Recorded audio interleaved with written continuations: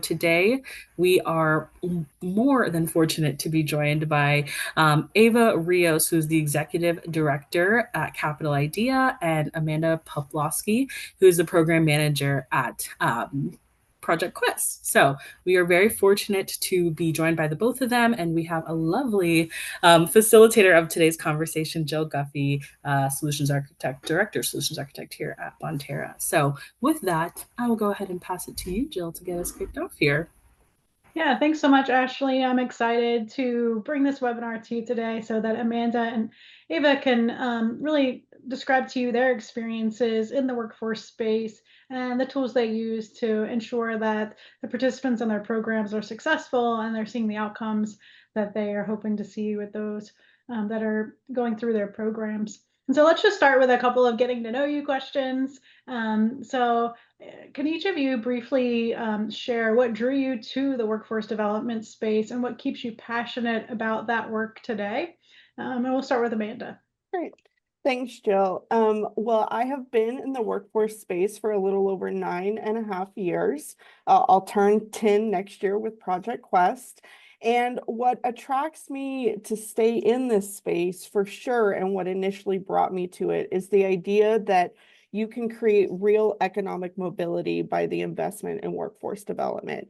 And so really, as a practitioner in this space, thinking through, okay, what makes a good program, what makes a good practice, and we'll talk about a little bit here today, what makes good data collection processes and practices. So again, I really appreciate the mobility piece that this area of expertise allows, and I hope to continue to grow in it. Awesome.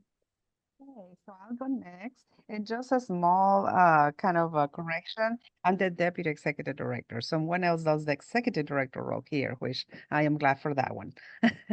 So again, Eva Rios. And what I like about the workforce, or why I'm so, I guess, involved in this, I've been working in this space for about 30 years plus. And personally, it started when I was attending college. I had a couple of instructors who became my mentors, and they were really the ones who helped me make it through college. Without their ongoing guidance, I don't think I would have made it. So after that, I was like, okay, how can I pay that forward? So when I found a previous organization and now Capital Idea, I will say, lucky to be here working with people doing exactly that and guiding them through their training and then to their careers. And what I see that workforce makes a big difference because we're not only training one person, but we're also making an impact in every family that we work with. What I have experienced with our graduates is that their conversation at their homes changes once you graduate one person from they start talking about, okay, so we're not like dreaming about going to college, but now we're talking about, okay, what college are my kids going to be attending, or my brother or my sister? And that is very rewarding. I cannot even explain how it is to be at their graduations and celebrate with them. So it's a job, yes, but it's very rewarding. Yeah, that generational impact is such a huge thing. Being able to affect individuals and then that affects their kids and their grandkids and so on. That's great to be able to and see that because you've been in this space for so long. I'm sure they've come back and said, you know, now my children are going to college, and that's the best feeling in the world, I'm sure. So in the title of our webinar, we talked about community-centered impact, and that can mean different things to different people. So Ava, what does that mean to you when we say community-centered impact? How do you practice that? One of the things that I was thinking is like, how do we affect our students and the decisions we make for our families? How do we listen to them, collaborate, engage them? That's what kind of comes to mind. But we also collaborate with other organizations to understand how we all align our services and can impact more of our community. So that's kind of what comes. But then we also need to look at the long-term sustainability and not look at quick fixes in our community. So long time ago, somebody used to come and say, Eva, Capital Idea is really a cure. It's not a Band-Aid. And I really like how that person will describe it, because what we are doing is changing people's lives. But also in this community center impact, you also need to look at how do you measure that impact, right? And I know we're going to talk about data in a little bit, but those will be the components that come to mind when we talk about the impact overall. Amanda, what about you? What do you think about that? Yeah, so Project Quest has been in the workforce development space for a little over 30 years now. And currently, we are actually at a place in our local community in San Antonio where we have a huge workforce initiative called Ready to Work happening. And so thinking about our long history and the current investment into workforce development, I really think it's important that we understand our responsibility as being an active listener when developing training programs, providing feedback to both our participants as well as the training providers and employers that we work with. So being community-centered for me means taking a step, taking a moment, and really listening to our participants and making sure that the data reflects that lived experience. So again, are there different creative ways we can collect data that reflects the introspection of the participant and the lived experience? I'm always thinking about that in our numbers and in our qualitative data. And so just continuing to press into that and making sure that we are developing that narrative along the way. It's amazing. I come from a nonprofit background as well, and we had a very large funder come to evaluate our organization once to invest millions. And we had them luckily come on a day when we had one of our fundraising luncheons, and they got to hear really powerful stories. But then they came back to us later that afternoon and they said, you know, you're not ready for our funding right now because you can tell me a story and I will cry and I will write you a $500 check. But in order for my foundation to start to invest in your organization, we really need the data that backs up those stories. And so both of your organizations have leveraged data to tell powerful stories, and that has supported your ability to secure sustainable funding, right? So how do you, how has that supported you and that ability to keep and maintain funding by having the data to back the stories up? We'll start with Amanda this time. Sure, thanks, Jill. For us, again, knowing that we've had a 30-year history and that our data reflects that, I think it's really important that we approach our data with an organized, almost substantial framework that we can then grow other data elements out and think about what else can we collect.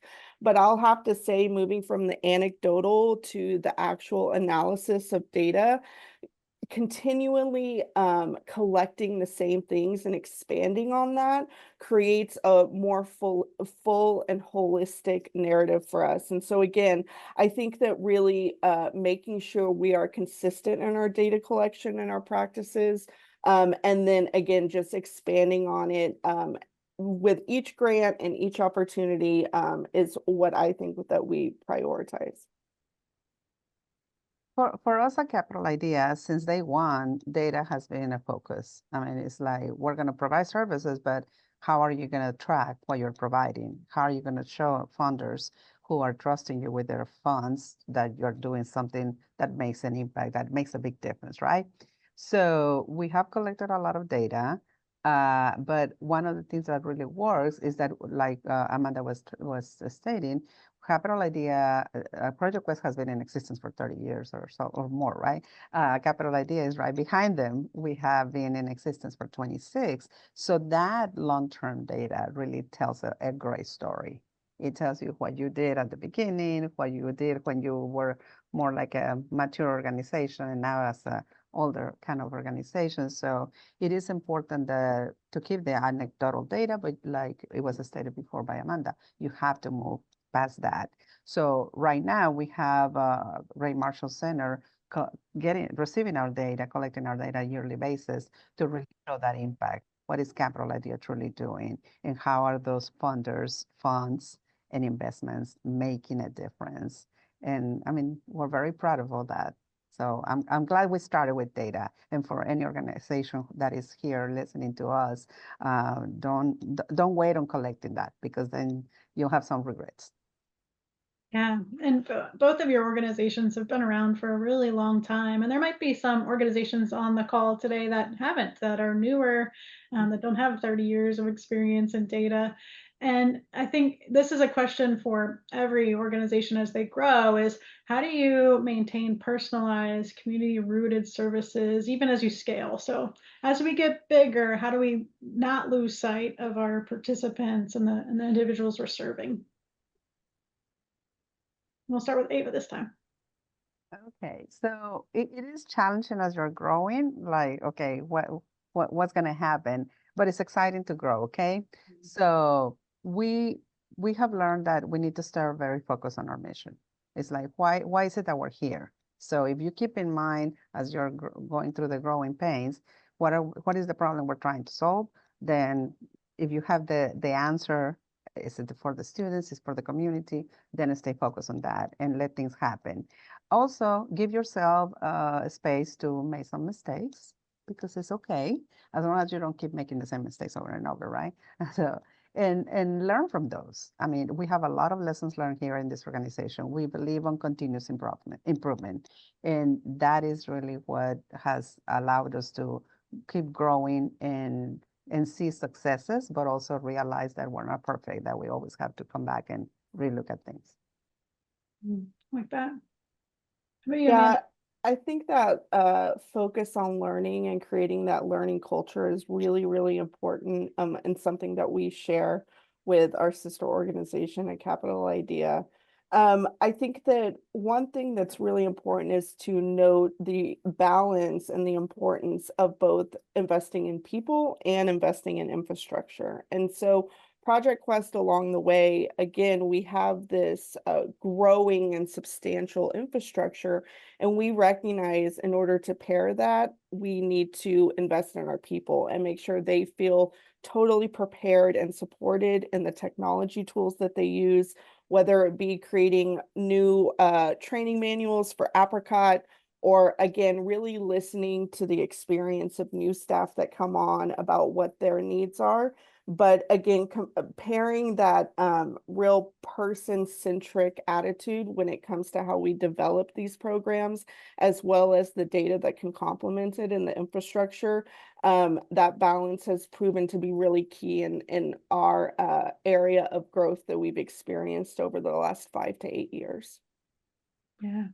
And I think, not losing sight of those participants is important as you grow, really listening to their voices, through talking with them and doing focus groups and getting them involved. Like when our organization I came from is also 30 something years old. And when I came in and started, changing infrastructure out and collecting more data, we really involved our participants in that. We taught them, like, this is how we're going to collect data and this is how we're going to measure change. And so we used a concept called theory of change. So we taught them all what theory of change was and what the steps are and what regression looks like. And we started graphing out their progress. And it's neat to be able to let them see visually what their progress looked like over time. They started taking those graphs into the community with them, and they started calling people high up on our in our organization when their graphs were wrong, which was an interesting experience when our teenage girls were calling our CEO and going, "My graph is wrong."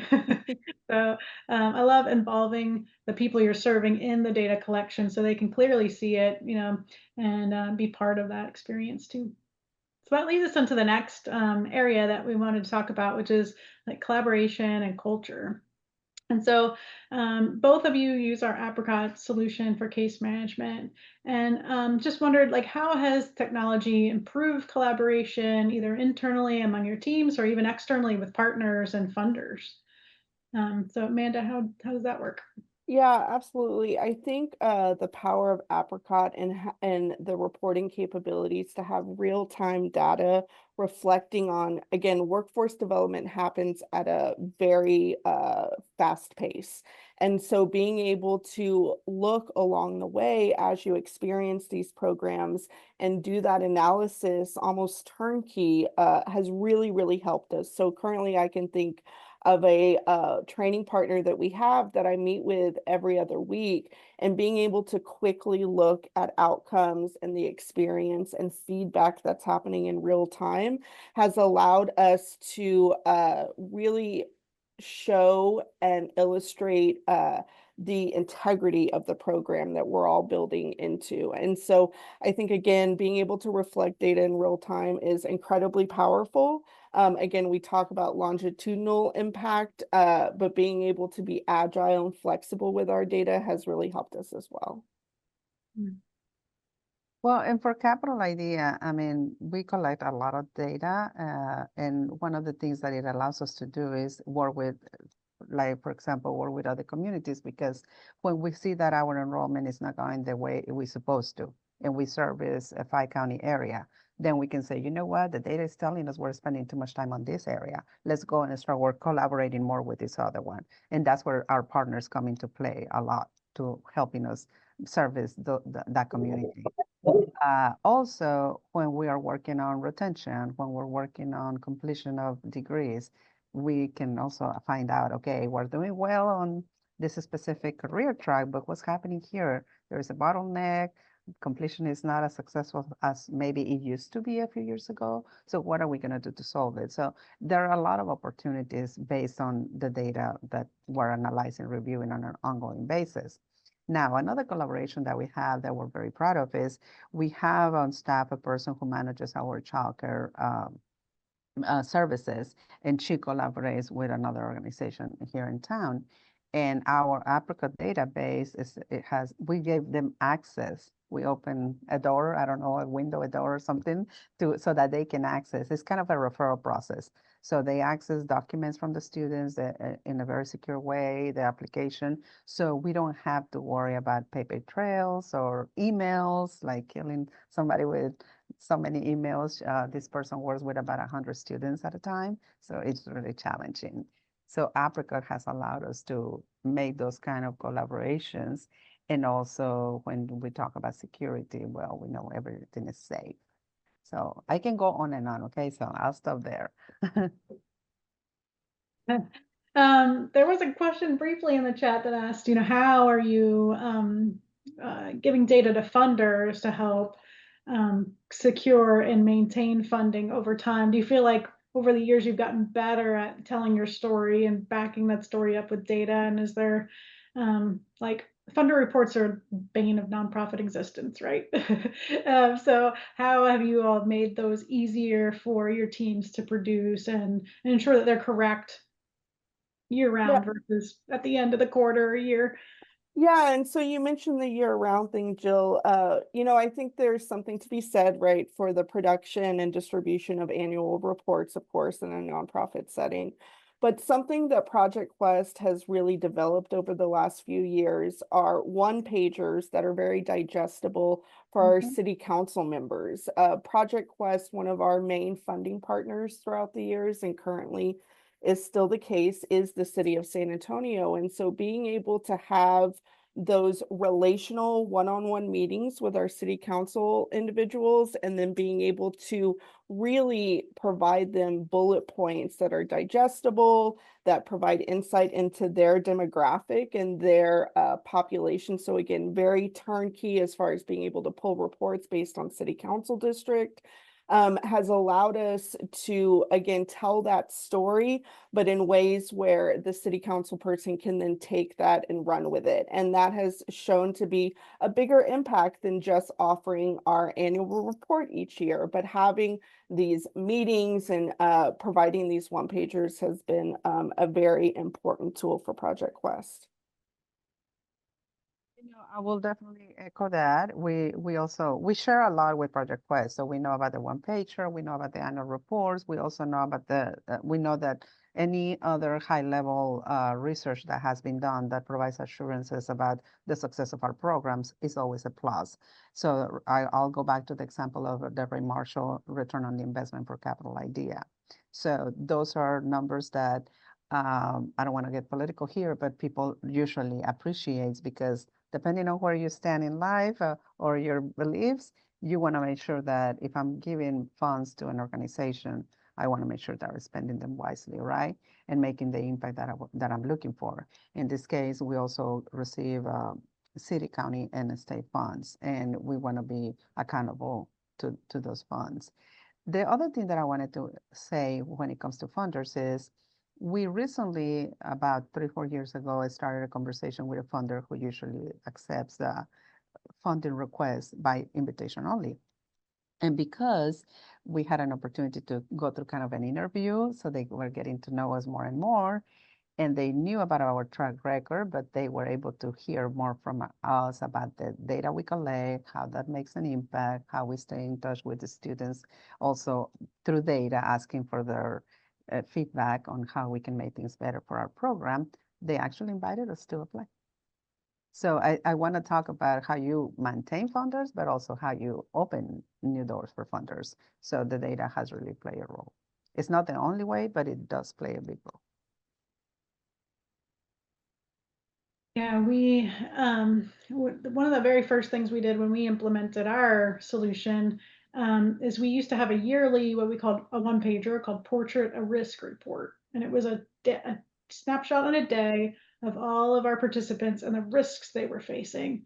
And so our executive directors of each of our locations would take those out with them when they were meeting with constituents in the community. Well, we got that report built first. So that way, when they went out that morning, they could print today's report, which became more impactful to say, today, here is and we serve teenage girls in a juvenile justice prevention program, but today, the girls in your community, these are the risks that they're facing while they wait for a spot to open up. And that's why we need more spots. We need more, the ability to serve more, and you can help us do that.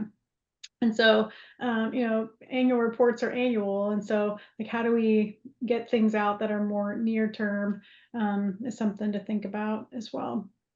And a question came in about, I found the questions now. What steps do you take to ensure the accuracy of data being collected? And are there specific processes in place to minimize that error as you're going through to somebody in charge of double checking everything?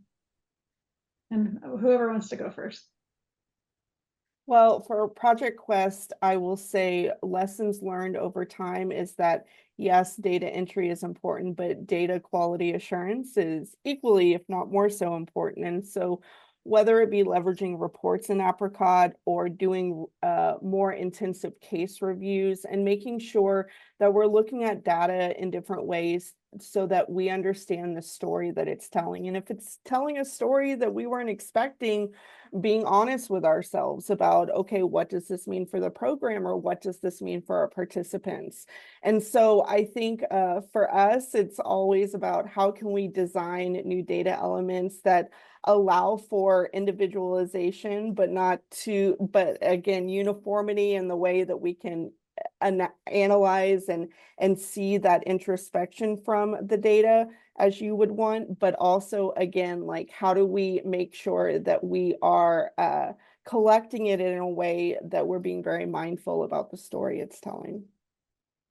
One of the things for Capital Idea, one of the things that is very, very helpful is that the data has flags, or it allows us to, so I receive flags all day long. And what I'm flagging is if somebody changed a student's components, the student status, from being active to going to inactive. So believe me, all day long, I have a folder that all of that goes in there. If somebody changed their graduation date, or so I know it all, but I don't know it all, right? Kind of thing. I know throughout the day. That allows us to check on data accuracy. And that for us is also a teachable moment. So I pick up the phone and say, hey, Amanda, I saw that you changed this, I will say status. Oh, I didn't mean to. What did I do? What did I do? So then we teach you. Okay, so when you're in the data system, do this, do that. So you have to be almost on, again, continuous learning, continuous teaching, so that your data is accurate as possible. We also have the development department who runs ongoing reports every quarter for our funders. And if they see any discrepancies, they notify IT and myself. Look, this is what we're seeing. And then we act on it. Is it training? Is it another flag that we need to have so that we can identify errors? We have several error reports also that IT and myself run on an ongoing basis just to kind of test the waters. Plus, when we do a data dump to Ray Marshall every year, if they see discrepancies, they also come back to us. And they say, well, we have all these questions. So there are a lot of different, I would say, points where we also, we're very intentional about checking on the data. And we also have only a specific staff members who are allowed to share the data with the outside world. Not everybody gets that unless it has gone through the eyes of A, B, and C people. I hope that answers the question. Yeah, one thing I wanted to add, as Eva was talking so eloquently, I wanted to mention the use of bulletins in Apricot is a big tool that we use. I'll say every day when our staff log in, they're able to look at certain reports that gives them quick indication of possible data discrepancies or areas that they need to pay the most attention to and prioritize how they go about interacting with the system on a day-to-day basis. And so I am really excited to get my hands dirtier in that area with Project Quest and learn how we can customize bulletins for different departments at Project Quest. But overall, you know, we all log in and see certain reports that allow us to see the health of the data on a day-to-day basis and therefore all be accountable for it.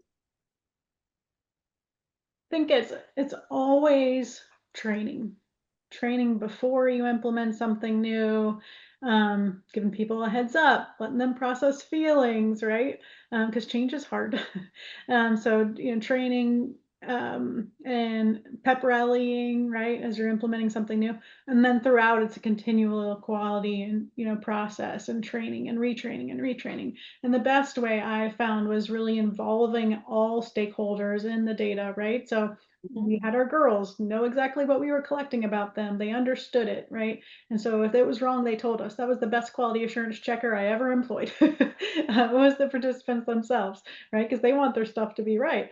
But then with staff, it's, you know, and using the data and showing them their own progress. It was especially helpful in hard days, you know, when working with teenage girls, it was hard a lot of days. And so, you know, incidents happen and the staff would just get really upset about it. We'd have to say, this was a blip in a very long series of upward movement on this girl's graphs, right? You can see all this change that you've been able to help her with.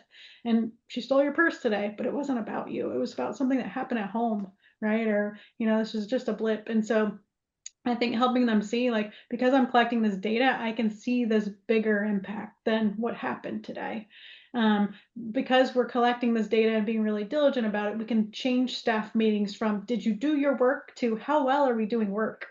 We can see trends and be able to see, you know, this intervention only works for the first 90 days and then the effectiveness drops off. So how do we change it, right? So you get to start to ask really good questions that then get people more excited to collect it well.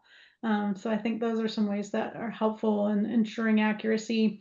And I had one program director tell me, you know, before we implemented a system, I had feelings that something wasn't right, right? My gut said something wasn't going right. And so I'd have to go dig through papers and paper and paper and paper and paper to find it. Take me hours. And she said, you know, after the system, I can log in and see the bulletins that Amanda was talking about and see graphs of change and see graphs of when things were happening, see bulletins that a girl didn't get her required check-ins. So just being able to see those things really quickly is helpful. It saves so much time. So it's really, how do you benefit the staff with the system first? That has to be the first you know, lens that you go at it with to get the data quality that you want. That's true. So I think Ava said politics. So somebody wants to know, you know, based on current political environment, are you all having to adjust systems and measure differently or different areas of impact based on changing priorities? So Amanda or Ava, have you seen any of that yet? You know, we haven't seen that yet. One thing that I have seen is that our private funders are becoming more, I would say, flexible, lenient, and almost forgiving on anything that you give them on reporting. They want to be as much as possible very supportive. So that's I would say that's what we're seeing. We collect a lot of information to meet everybody's needs. We are waiting to see if at some point some of the public funders will say, don't give us this demographic data anymore, or so it might end up on, I don't want to say less data, but a change on that, on what they're asking us for. And we're just waiting to see when would they get there. I mean, we're not worried about it. We're just like, okay, we're just gonna wait for their guidance. Yeah, gratefully, same thing for Project Quest, in the sense that I don't know that we have felt incredibly strong reverberations of what's happening nationally. Although what it does do is it only reinforces the importance of our data accuracy with our local funders. Again, this is a very important part of how Project Quest operates on a day-to-day basis. And so making sure that we're able to work between different data systems effectively and efficiently, making sure that we are collecting what they're asking or pivoting if we need to, but really making sure that we're listening to those local funders and meeting their needs allows us to strategically plan for the future.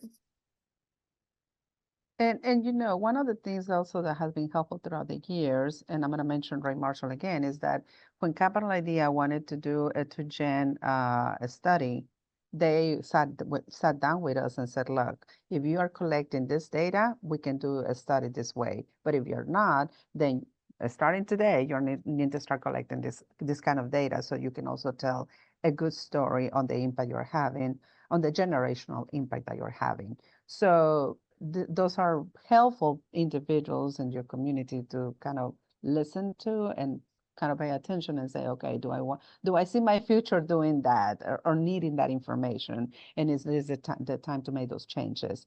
And I'm talking about a change that we made back in 2015 to collect the kids, students' data.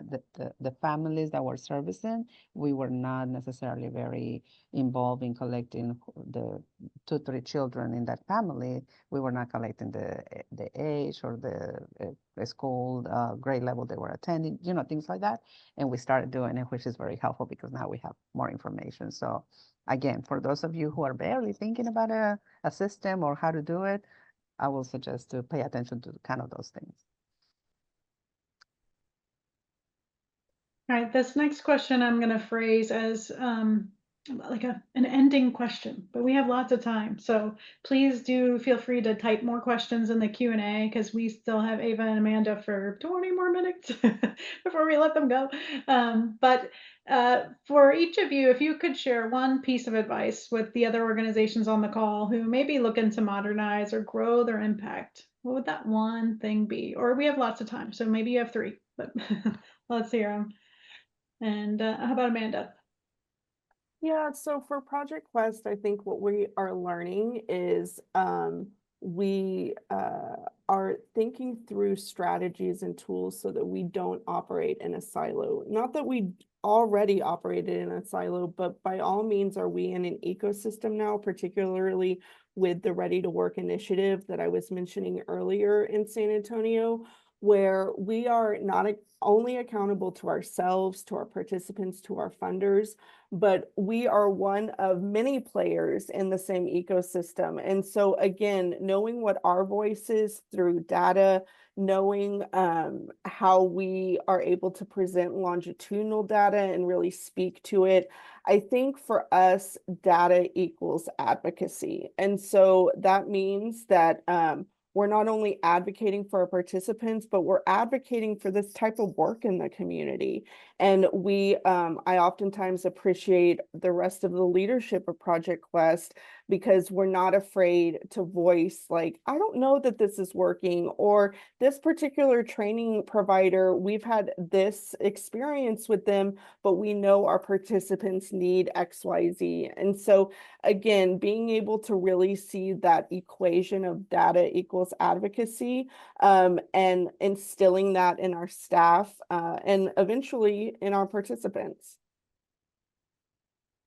I will second that, what Amanda said, because you need as an organization to evaluate the components, the elements of your services, of your model.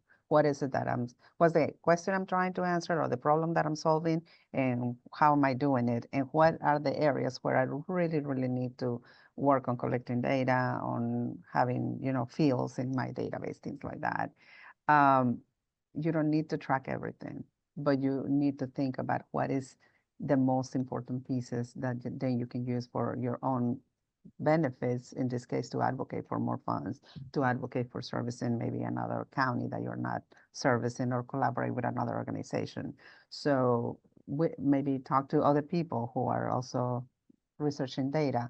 I'll go to the example that I just mentioned a few minutes ago with the children. We didn't know how to do the generational impact if it wasn't until Dre Marshall said, hey, let's talk about it. It will be so helpful if we could work with you. And they were extremely helpful. They sat here at this office for almost 2-3 days in a row looking at data and then coming up with what will work. So find those partners also that can help you and provide some of that advice. That's great advice. And, we have about 21 people on the call, and we're not sure where each of those organizations is in their journey. But I think, if you're at the beginning, I think it's really important to sit down and really map out what your organizational theory of change is. And there's lots of resources out there on the web to help you kind of solidify and set up that model that helps you define what is our target population. Who do we serve best? And that's the key to everything, right? Making sure you're serving the people you serve best, first and foremost. And then how are we going to assess their needs? What tools are out there? And we have a great template library inside Apricot with lots of assessment tools that you can choose to use and tweak to make your own, so we can help you with that too. And then, because of that assessment, what are we going to do about it? What are those activities that we're going to put in place to ensure that we are affecting the needs and the risks and the desires of those participants? And then what do outcomes look like? At the end of the day, what do we want our annual report to say? And you probably set all of this up and you have it in different places. But I think when you're going to implement a new technology system or re-implement something you have, it's important to have it all mapped out, so that when you bring consultants in to help you, like us or other universities or things like that, that they have something to start with. That's really important. And then know it's always going to change. It needs to be a constantly changing cycle, because the world changes, the environment changes. 2020 taught us all that that everything can change in an instant. And so just having that open mindset of we need everything to keep shifting in the way that our participants need it to in order to be most effective. So I think that's always my biggest advice, is that what you implement today should change constantly, or you're looking at it wrong, and you need a technology solution that can change and grow with you over time. We have a great question from Melissa. So how are you all turning qualitative data into impactful quantitative data to show metrics and hard numbers? So that balance between collecting data points and narratives, and how do you balance that for your staff?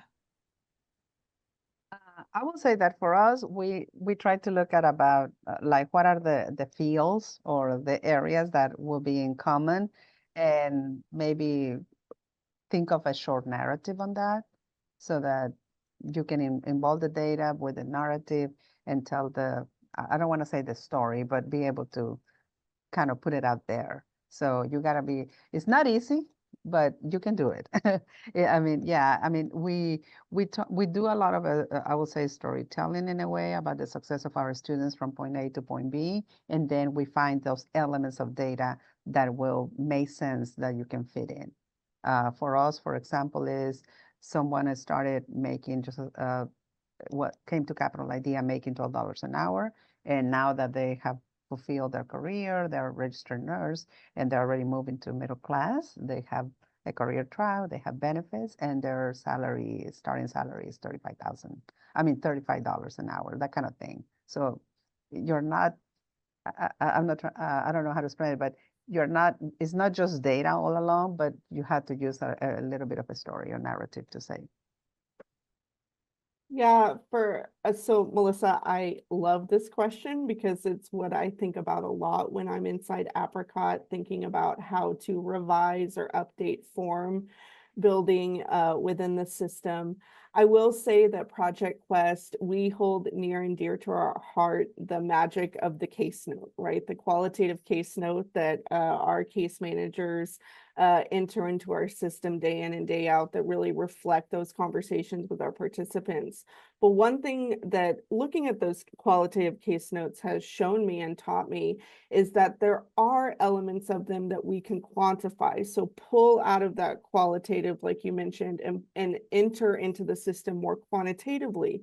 Specifically, Project Quest, part of our program model and our service delivery model is that individuals that come through our program go through soft skill development through these sessions we call Vision, Initiative, and Perseverance session, or VIPs. And so to quantify hours spent in VIPs rather than just topical areas notated in case notes is an example of how, again, we have moved towards providing that more structured quantitative approach to what happens in that participant relationship. Like that. Say what VIP is one more time. Yeah, Vision, Initiative, and Perseverance. Love that. Love that. So their goals are all centered around those concepts. That's right. That's right. Yep. Everybody should steal that. I hope you wrote it down. Well, I don't know about stealing, but yes, no. But yes, we also see our questers, as we call them, as VIPs. So it's a bit play on words, but something we instill very early on, so they know the level of service they'll be receiving from us. Yeah. Yeah. That's amazing. All right, Ashley, I think you had another poll that you wanted to do. I did, yes. Thank you, Jill. And Amanda and Ava, thank you so much for such a great conversation between the both of you, such insightful answers. Jill, thank you for coming up with some really lovely questions for them to answer. And this has been a great session, a great listening to both of your stories and both of your data journeys, so to speak. So folks on the line, I want to launch another quick poll here. If you are interested in some tools that might help you in your workforce development programs, whether that be improving them or just collecting better, more accurate data, and are interested in exploring Bonterra and some of our tools and services, I have that poll launched up here. Please feel free to fill that out. And like I mentioned earlier, once we wrap up today, we'll have one of our colleagues reach out to you and kind of initiate those conversations and learn more about your organization and how we can maybe ultimately help you all in that collection of data. So while folks are filling that out, yeah, Jill, thank you so much for your great skills here. And Amanda and Ava, thank you for your time this afternoon. It is much appreciated. And thank you folks on the line as well. You all love the engagement in the chat, love the questions. They always make for such a great session. So we definitely appreciate your time as well this afternoon.